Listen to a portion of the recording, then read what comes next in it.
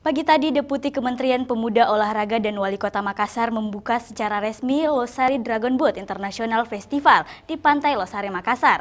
Festival ini berlangsung selama 2 hari.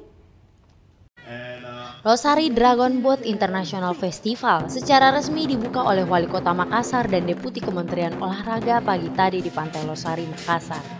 Pembukaan ini juga dihadiri oleh unsur Muspida, SKPD, dan Wakapolrestabes Kota Makassar.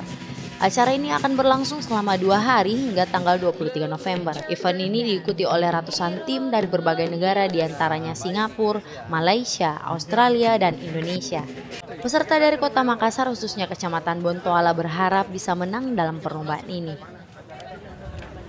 Harapannya sangat bagus sekali dengan adanya karena di samping kita berolahraga, kita juga acara hiburan ya kepada teman-teman. Acara ini diharapkan dapat menjadi ajang untuk memperkenalkan Indonesia, khususnya Kota Makassar kepada negara lain bahwa Makassar mempunyai banyak ikon yang dapat dikunjungi. Dari Makassar, Andi Putri, GoTV memberitakan.